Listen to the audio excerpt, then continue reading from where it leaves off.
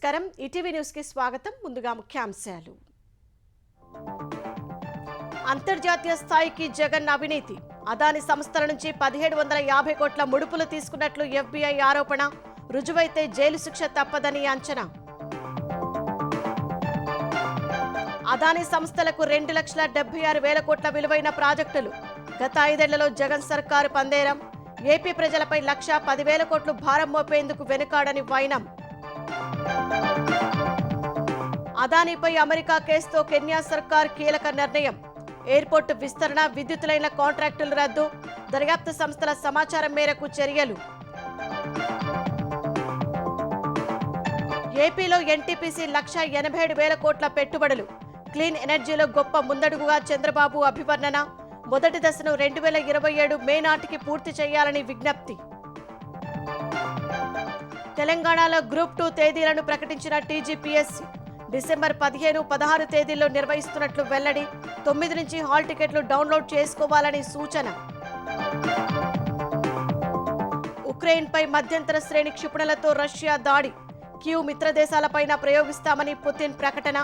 తప్పనిసరిగా ముందస్తు హెచ్చరిక చేస్తామని స్పష్టీకరణ. నేటి నుంచి భారత్ ఆస్ట్రేలియా మధ్య టెస్ట్ సిరీస్. కాసేపట్లో పెర్త్ వేదికగా తొలి మ్యాచ్. టాస్ గెలిచి బ్యాటింగ్ ఎంచుకున్న టీమిండియా.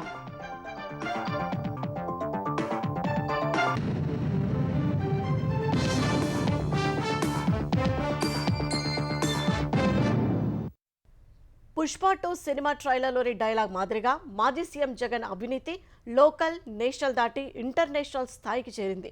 సౌర విద్యుత్ కొనుగోలు చేసేందుకు అదాని సంస్థల నుంచి జగన్కు 1750 కోట్లు లంచమిచ్చారని సాక్షాత్తు అమెరికా దర్యాప్తు సంస్థ ఎఫ్బీఐ నిర్ధారించింది.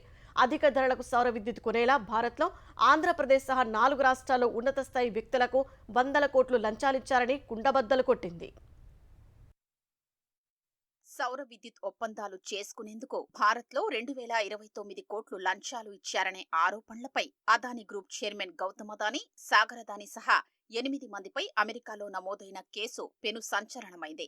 లంచాల సొమ్ము కోసం తప్పుడు సమాచారమిచ్చి అమెరికాలో నిధులు సేకరించారని Gautam Adani, Sagar Adani, Vineet S Jain, Azure Power CEO Ranjit Gupta ఈ లంచాల పథకానికి సూత్రధారులని అమెరికా దర్యాప్తు సంస్థ ఎఫ్బీఐ పేర్కొంది. ఫారిన్ కరప్ట్ ప్రాక్టీసెస్ చట్టం ఎఫ్సీపీఏ కింద వీరితో పాటు సహకరించిన వారిపై కేసులు నమోదు చేసింది. ఈ కేసులో గౌతమ్, సాగర్ పై బుధవారం అమెరికాలో అరెస్టు వారెంట్లు జారీ అయినట్లు కొన్ని వార్తా సంస్థలు వెల్లడించాయి.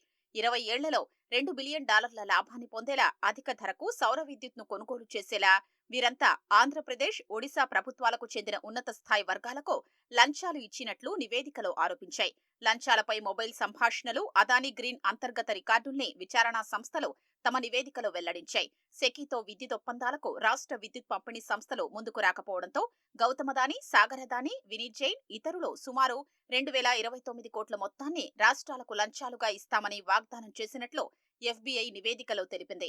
ఇందులో అప్పటి సీఎం జగన్ కు 1750 కోట్లు ఇచ్చినట్లు పేర్కొంది.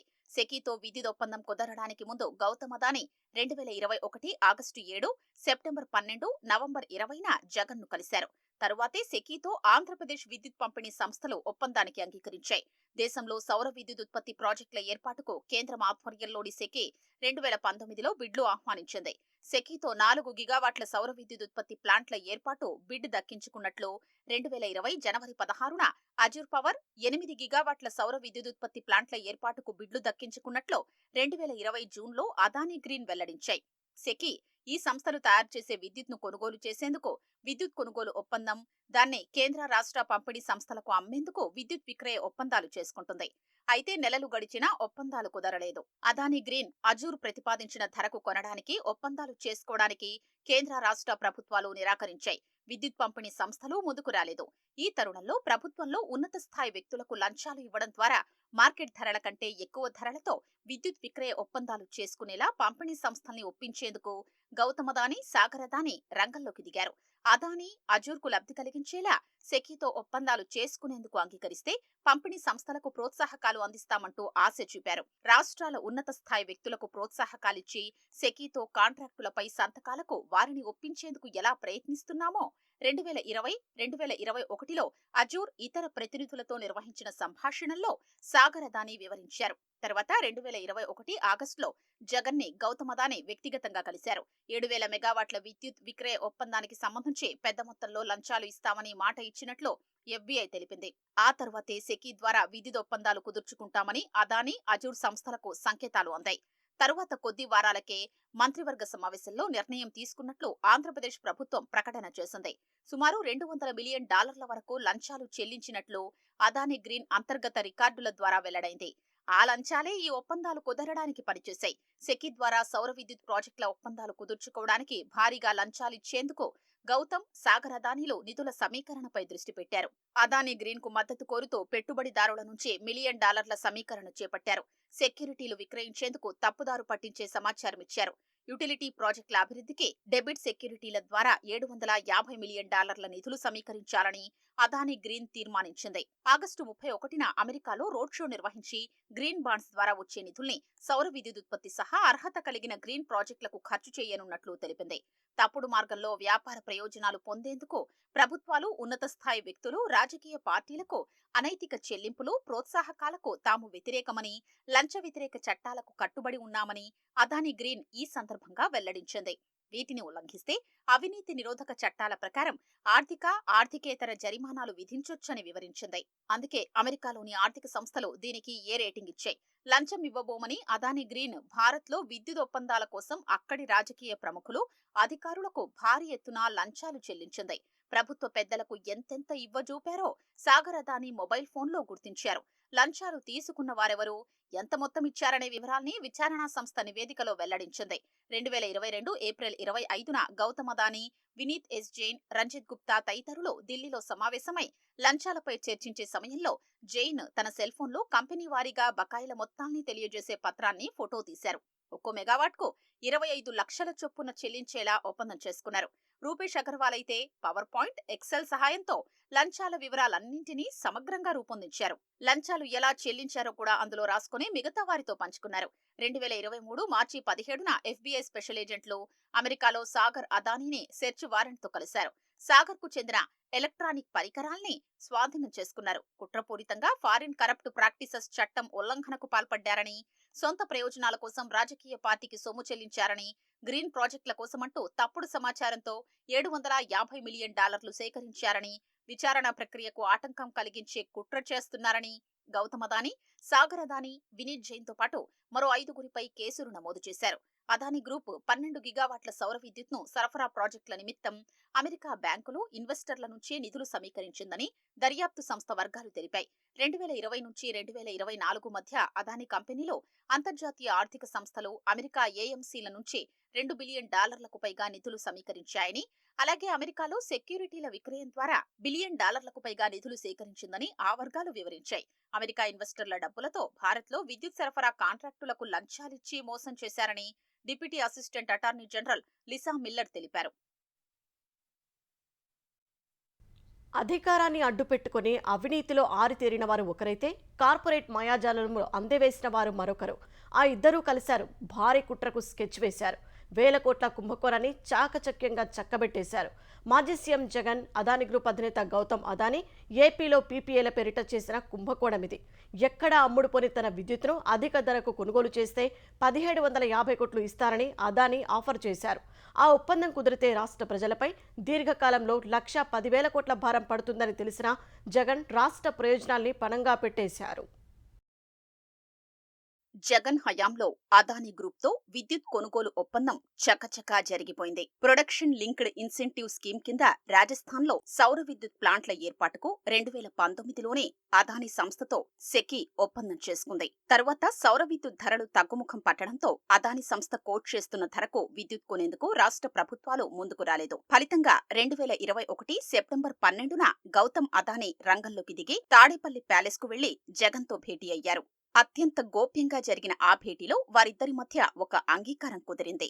2021 సెప్టెంబర్ 15న అదానీ జగన్ భేటీ అయిన 3 రోజుల్లోనే సెకీ నుంచి ఏపీ ప్రభుత్వానికి ఒక లేఖ వచ్చింది. రాజస్థాన్లో ఏర్పాటవుతున్న విద్యుత్ సంస్థలు యూనిట్ ₹2.49 చొప్పున సరఫరా చేసేందుకు ముందుకొచ్చాయని, 25 ఏళ్ల పాటు ఆ విద్యుత్ కొనేందుకు తమతో ఒప్పందం చేసుకోవాలని ఏపీ విద్యుత్ శాఖ కార్యదర్శికి సెకీ లేఖ రాసింది. సాధారణంగా విద్యుత్ కొనుగోలు ఒప్పందం ప్రతిపాదన వస్తే ఆ శాఖ కార్యదర్శి, మంత్రి పరిశీలించాక ముఖ్యమంత్రి దృష్టికి తీసుకెడతారు. ఆయన అంగీకరిస్తే మంత్రివర్గం ఆమోదానికి పంపుతారు. ఇందుకు కొన్ని వారాలు పడుతుంది.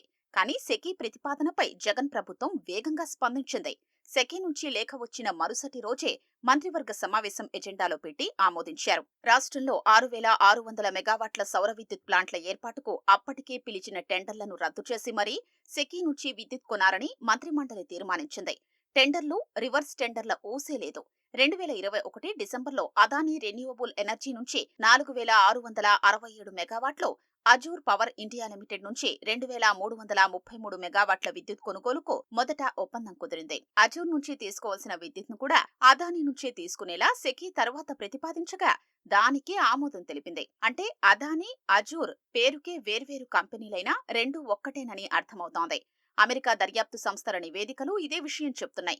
సెకీ నుంచి యూనిట్ ₹2.49 కొనేందుకు రాష్ట్ర ప్రభుత్వం ఒప్పందం చేసుకోగా, కొన్ని రాష్ట్రాలు ఇతర సౌర విద్యుత్ సంస్థల నుంచి యూనిట్ ₹99 కొనేందుకు ఒప్పందాలు చేసుకున్నాయి. కానీ జగన్ ప్రభుత్వం ఎన్ని ఆరోపణలు వచ్చినా సెకీతో ఒప్పందం చేసుకుంది. పైగా ఈ ఒప్పందంతో రాష్ట్రానికి మేలు జరుగుతుందని బుకాయించింది.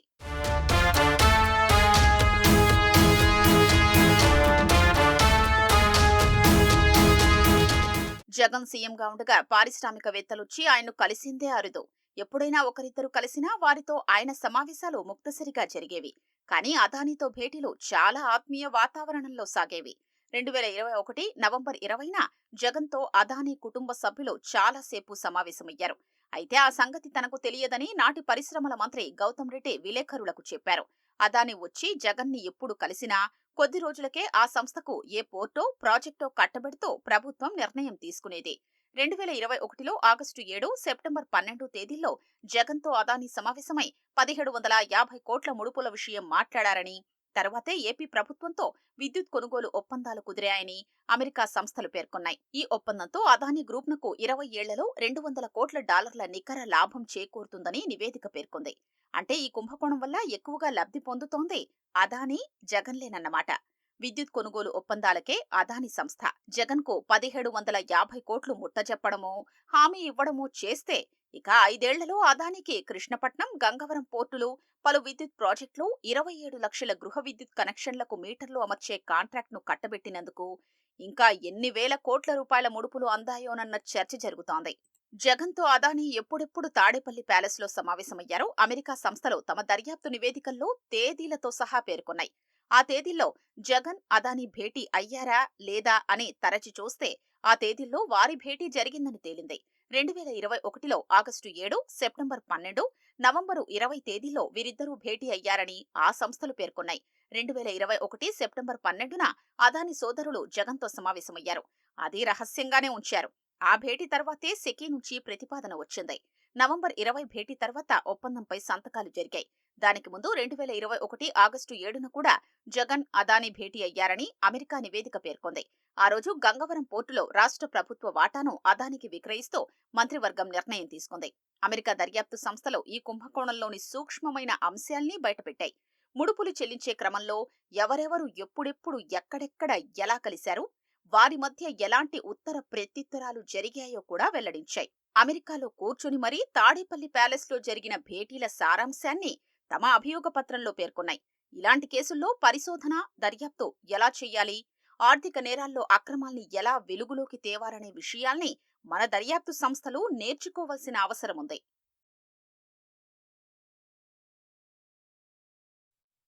అదానీపై అమెరికా ప్రభుత్వం నమోదు చేసిన కేసులో జగన్ పైన అభియోగాలు మోపే అవకాశం ఉందని న్యాయ నిపుణులు అంటున్నారు.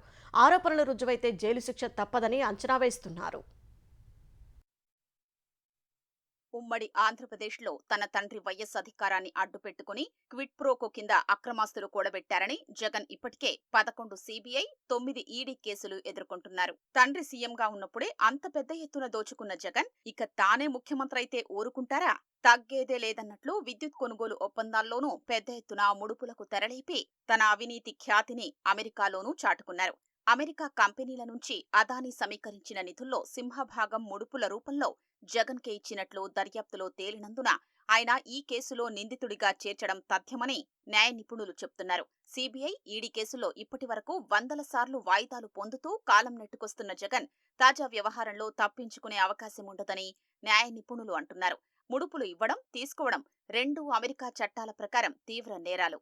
ఇక్కడ అమెరికా కంపెనీల నుంచి సేకరించిన నిధులతో ముడుపులు చెల్లించిన అదానీ నిందితుడైతే ఆ సొమ్ము పొందిన జగన్ కూడా నిందితుడే అవుతారని న్యాయ నిపుణులు చెబుతున్నారు. అమెరికాలో Foreign Corrupt Practices Act FCPA, securities and wire fraud, లంచం అభియోగాలతో అదానీపై కేసు నమోదవ్వగా ఆయా చట్టాల ప్రకారం శిక్షలు కఠినంగానే ఉంటాయి. అమెరికా కంపెనీలు, వ్యక్తులు విదేశాల్లో అవినీతి వ్యవహారాల్లో భాగం కాకుండా చూడడమే ఎఫ్సీపీఏ చట్టం లక్ష్యం. ఎవరైనా దీన్ని ఉల్లంఘిస్తే తీవ్ర నేరంగా పరిగణిస్తారు. అదానీ నుంచి జగన్ కు ముడుపులు అందినట్లు దర్యాప్తులో తేలినందున ఆయన కూడా ఈ చట్టం కింద అభియోగాలు ఎదుర్కోవాల్సిందే. అవి నిరూపణైతే కఠిన శిక్షలు పడే అవకాశముంది. భారత్, అమెరికా మధ్య నేరగాళ్ల అప్పగింత ఒప్పందముంది. ఇప్పటికే గౌతమ్ అదానీపై అరెస్టు వారెంట్ జారీ కాగా తదుపరి దర్యాప్తులో జగన్ను నిందితుడిగా చేర్చి ఇదే తరహాలో అరెస్టు వారెంట్ జారీ అయితే ఆయన అమెరికాలో జైలు ఊచలు లెక్కించాల్సి ఉంటుందని న్యాయ నిపుణులు చెబుతున్నారు. అమెరికా సంస్థల ఆరోపణలను అదానీ గ్రూప్ ఖండించింది. US Department of Justice, US SEC చేసిన ఆరోపణలన్నీ నిరాధారమైనవని అదానీ గ్రూప్ ప్రతినిధి ఒక ప్రకటనలో పేర్కొన్నారు. ఆధారాలతో నిరూపితమయ్యే వరకు నిందితులను నిర్దోషులుగానే పరిగణించాల్సి ఉంటుందని అదానీ గ్రూప్ ప్రతినిధి పేర్కొన్నారు. ఈ కేసులో అవసరమైన అన్ని న్యాయపరమైన చర్యలను తీసుకుంటామన్నారు. పాలన, పారదర్శకత, నియంత్రణపరమైన నిబంధనలను పాటించడంలో అత్యున్నత ప్రమాణాలకు అదానీ గ్రూప్ ఎప్పుడూ కట్టుబడి ఉంటుందని చెప్పారు. అదానీ గ్రూప్ అన్ని చట్టాలకు లోబడి పనిచేస్తున్న సంస్థ అని వాటాదారులు, భాగస్వాములు, ఉద్యోగులకు హామీ ఇస్తున్నట్టు ఓ ప్రకటనలో వివరించారు. అమెరికాలో అదానీపై కేసు నమోదైన వేళ కెన్యా ప్రభుత్వం కీలక నిర్ణయం తీసుకుంది. ఎయిర్పోర్టు కాంట్రాక్టు సహా విద్యుత్ సరఫరా లైన్ల కాంట్రాక్టును రద్దు చేస్తున్నట్లు కెన్యా అధ్యక్షుడు విలియం రూటో వెల్లడించారు. విద్యుత్ సరఫరా లైన్ల నిర్మాణానికి పబ్లిక్ ప్రైవేట్ భాగస్వామ్యం కింద 30 ఏళ్లకు కెన్యా సర్కారు $736 మిలియన్ అదానీ గ్రూపుతో ఒప్పందం కుదుర్చుకుంది. ఈ ఒప్పందానికి ఇప్పుడు బ్రేక్ పడింది. మరోవైపు కెన్యాలోని ప్రధాన విమానాశ్రయమైన జోమో కెన్యట్టా అంతర్జాతీయ విమానాశ్రయ అభివృద్ధి కోసం అదానీకి అప్పగించేందుకు రంగం సిద్ధం కాగా ప్రజల నుంచి వ్యతిరేకత వ్యక్తమైంది. దీనిపై నిరసన ప్రదర్శనలు కూడా జరిగాయి. ఫలితంగా ఈ ప్రాజెక్టును తాత్కాలికంగా నిలుపుదల చేసిన అక్కడి ప్రభుత్వం తాజాగా పూర్తిగా రద్దు చేస్తూ నిర్ణయం తీసుకుంది. భాగస్వామ్య దేశాల దర్యాప్తు సంస్థల నుంచి అందిన సమాచారం మేరకు ఈ నిర్ణయం తీసుకున్నట్లు కెన్యా అధ్యక్షుడు రూటో ప్రకటించారు. Undisputed evidence or credible information on corruption, I will not hesitate to take decisive action. Accordingly, I now direct, in furtherance of the principles enshrined in Article 10 of the Constitution on transparency and accountability, and based on new information provided by investigative agencies and partner nations, that the procuring agencies within the Ministry of Transport and the Ministry of Energy and Petroleum immediately cancel the ongoing procurement process for the JKIA expansion public-private partnership transaction.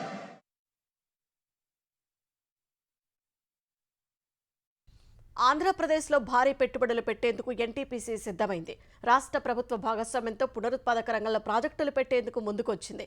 1,87,000 కోట్ల వ్యయంతో ఏర్పాటు చేయబోయే ఈ project వల్ల 1,06,000 మందికి ఉద్యోగ, ఉపాధి అవకాశాలు లభించనున్నాయి. ఇంధన రంగంలో ఏపీని అగ్రగామి చేసే క్రమంలో ఇదో కీలక అడుగుగా సీఎం చంద్రబాబు అభివర్ణించారు. ఆంధ్రప్రదేశ్లో పునరుత్పాదక విద్యుత్ రంగానికి మహర్దశ ప్రారంభమైంది. మహారత్నంలో ఒకటైన ఎన్టీపీసీ సంస్థ తన ఎన్టీపీసీ గ్రీన్ ఎనర్జీ లిమిటెడ్ ఆధ్వర్యంలో భారీ పెట్టుబడులు పెట్టేందుకు ముందుకొచ్చింది. సీఎం చంద్రబాబు, మంత్రి గొట్టిపాటి రవి సమక్షంలో రాష్ట్ర ప్రభుత్వానికి చెందిన new and renewable energy development corporation of Andhra Pradesh NREDCAP, NTPC green energy limited NGEL మధ్య ఒప్పందం జరిగింది. ఏపీలో పునరుత్పాదక ఇంధన ప్రాజెక్టులు నెలకొల్పేందుకు NGEL 1,87,000 వేల కోట్లు పెట్టుబడి పెట్టనుంది. దీని ద్వారా ఏపీలో దాదాపు 1,06,250 మందికి ఉద్యోగ ఉపాధి అవకాశాలు లభించే అవకాశముంది. వచ్చే 25 ఏళ్లలో ఏపీకి వివిధ రూపాల్లో దాదాపు 20,620 కోట్ల మేర లబ్ధి చేకూరనుంది. సౌర, పవన, pumped storage, green hydrogen, green ammonia వంటి పునరుత్పాదక విద్యుత్ రంగ ప్రాజెక్టులను ప్రోత్సహించడానికి తమ ప్రభుత్వం ఎప్పుడూ ముందుంటుందని సీఎం చంద్రబాబు అన్నారు. భవిష్యత్ అంతా పునరుత్పాదక విద్యుత్ రంగానిదేనని స్పష్టం చేశారు. ఈ ప్రాజెక్టు మొదటి దశను 2027 ఏప్రిల్-మే నాటికి పూర్తి చేయాలని సీఎం సూచించారు. కాలుష్యరహిత ఇంధన వనరుల ఉత్పత్తికి కృషి చేస్తున్న కేంద్ర ప్రభుత్వానికి తమ సహకారం ఎప్పుడూ ఉంటుందన్నారు. ఇంటిగ్రేటెడ్ క్లీన్ ఎనర్జీ పాలసీలో భాగంగా వచ్చే 5 ఏళ్లలో 78.5 గిగావాట్ల సౌరశక్తి, 35 గిగావాట్ల పవనశక్తి, 22 గిగావాట్ల pumped storage, 1.50 MMTPA green hydrogen ఉత్పత్తి సాధించాలని లక్ష్యంగా పెట్టుకున్నామని వివరించారు. ఈ లక్ష్యంతో రాష్ట్ర ఇంధన మౌలిక అవసరాలు తీరడం సహా భారీగా ఆదాయం సమకూరుతుందని తెలిపారు. పునరుత్పాదక ఇంధన రంగం విషయంలో ఎంతో నిబద్ధతతో ప్రణాళికబద్ధంగా అడుగులు వేస్తున్నామని, ఈ విషయంలో దేశానికే ఆదర్శంగా ఆంధ్రప్రదేశ్ను నిలుపుతామన్నారు. తెలంగాణలో గ్రూప్ 2 పరీక్షలు డిసెంబర్ 15, 16వ తేదీల్లో జరగనున్నాయి. డిసెంబర్ 15 ఉదయం 10 గంటల నుంచి మధ్యాహ్నం 12:30 వరకు పేపర్ 1, మధ్యాహ్నం 3 గంటల నుంచి 5:30 వరకు పేపర్ 2, 16వ తేదీ ఇదే సమయాల్లో పేపర్ 3, 4 పరీక్షలు నిర్వహించనున్నారు. పరీక్షకు హాజరయ్యే ప్రతి ఒక్కరికి వారి వివరాలతో ఓఎంఆర్ షీట్ ఇస్తామని, ఇందుకోసం శాంపిల్ ఓఎంఆర్ షీట్ డౌన్లోడ్ చేసుకుని పరిశీలించుకోవచ్చని టీఎస్పీఎస్సీ తెలిపింది. ఇందుకు టీజీపీఎస్సీ అధికారిక వెబ్సైట్ ద్వారా డౌన్లోడ్ చేసుకోవచ్చని సూచించింది. అసలైన ఓఎంఆర్ షీట్లో ఉండే నిబంధనలే దీనిపై కూడా ఉంటాయని పేర్కొంది. అభ్యర్థులు ఓఎంఆర్ షీట్లో వారి సమాధానాలు తప్పులు లేకుండా దిద్దాలని తెలిపింది. హాల్ టికెట్లు డిసెంబర్ 9 నుంచి 15 వరకు డౌన్లోడ్ చేసుకునేందుకు అవకాశం కల్పించింది. అంతర్జాతీయ సాంస్కృతిక మహోత్సవం లోక్ మంథన్కు నేడు రాష్ట్రపతి ద్రౌపది ముర్ము హాజరు కానున్నారు. నిన్న రాత్రే హైదరాబాద్ చేరుకున్న ద్రౌపది ముర్ము ఇవాళ శిల్పకళా వేదికగా జరిగే కార్యక్రమానికి హాజరై వివిధ దేశాల ప్రతినిధులతో మేధోమథనం కార్యక్రమం ప్రారంభించనున్నారు. ఈ కార్యక్రమంలో గవర్నర్ జిష్ణుదేవ్ వర్మ, ముఖ్యమంత్రి రేవంత్ రెడ్డి, కేంద్ర మంత్రి కిషన్ రెడ్డి పాల్గొననున్నారు. రాష్ట్రపతి పర్యటన నేపథ్యంలో పోలీసులు కట్టుదిట్టమైన భద్రతా ఏర్పాట్లు చేశారు. ఉక్రెయిన్పై మధ్యంతర శ్రేణి క్షిపణితో దాడి చేసినట్టు రష్యా అధ్యక్షుడు వ్లాదిమిర్ పుతిన్ ప్రకటించారు. దీర్ఘ శ్రేణి క్షిపణులతో తమ దేశంపై దాడి చేసేందుకు ఉక్రెయిన్కు అనుమతిచ్చిన దేశాలపై సైతం ఈ క్షిపణిని ప్రయోగిస్తామని హెచ్చరించారు. గురువారం ఉక్రెయిన్పై రష్యా దాడి చేసినట్లు పుతిన్ ఆ దేశ టీవీ ప్రసంగంలో చెప్పారు. అమెరికా, బ్రిటన్ క్షిపణులతో రష్యా భూభాగంపై ఉక్రెయిన్ జరిపిన దాడులకు ఇది ప్రతిస్పందన అని పేర్కొన్నారు. ఇతర దేశాలపై దాడులు చేసే ముందు రష్యా ముందస్తు హెచ్చరికలు జారీ చేస్తుందని, పౌరులు సురక్షిత ప్రాంతాలకు వెళ్లేందుకు వీలు కల్పిస్తుందని పుతిన్ చెప్పారు. రష్యా క్షిపణులను అడ్డగించే సామర్థ్యం అమెరికా వైమానిక రక్షణ వ్యవస్థకు లేదని హెచ్చరించారు. విస్తరణవాద ఆలోచనతో భారత్ ఎప్పుడూ ముందుకు సాగలేదని, ఇతరుల వనరులను లాక్కోవాలనే భావనకు ఎప్పుడూ దూరంగా ఉంటుందని ప్రధాని మోదీ అన్నారు. గయానా పర్యటనలో భాగంగా అక్కడి పార్లమెంటు ప్రత్యేక సమావేశంలో మోదీ ప్రసంగించారు. చైనా విస్తరణ ధోరణిపై ప్రపంచ దేశాల ఆందోళనల నేపథ్యంలో మోదీ ఈ వ్యాఖ్యలు చేశారు. భారత్, గయానాల మధ్య బలమైన బంధముందన్న ఆయన, రెండు దేశాలు ఒకే విధమైన ప్రజాస్వామ్య విలువలను పంచుకుంటాయన్నారు. భౌగోళిక, రాజకీయ ఉద్రిక్తతలను ప్రస్తావించిన మోదీ, విభేదాలకు దారితీసే పరిస్థితులను గుర్తించి వాటిని తొలగించాల్సిన సమయం ఆసన్నమైందని పేర్కొన్నారు. ప్రపంచవ్యాప్తంగా తీవ్రవాదం, సైబర్ నేరాలు, మాదక ద్రవ్యాలు వంటి అనేక సవాళ్లు ఉన్నాయని, వాటిపై పోరాడటం ద్వారా రాబోయే తరాల భవిష్యత్తును తీర్చిదిద్దగలమని చెప్పారు. ప్రజాస్వామ్యానికి, మానవత్వానికి తొలి ప్రాధాన్యం ఇచ్చినప్పుడే ఇది సాధ్యమవుతుందని పేర్కొన్నారు.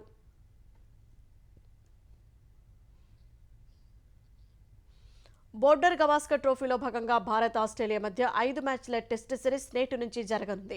గత 2 పర్యాయాల్లో ఆస్ట్రేలియాను వారి సొంత గడ్డపై కంగు తినిపించిన భారత్ ఈసారి సిరీస్ గెలిచి హ్యాట్రిక్ కొట్టాలనే పట్టుదలతో ఉంది. ఈ సిరీస్లో భాగంగా కాసేపట్లో పెర్త్ వేదికగా జరిగే తొలి టెస్టు కోసం ఇరు జట్లు సిద్ధమయ్యాయి. కుటుంబ కారణాలతో కెప్టెన్ రోహిత్ శర్మ తొలి టెస్టుకు దూరం కాగా, వైస్ కెప్టెన్ జస్ప్రీత్ బుమ్రా భారత్కు సారథ్యం వహిస్తాడు. ఈ మ్యాచ్లో టాస్ గెలిచిన భారత్ బ్యాటింగ్ ఎంచుకుంది.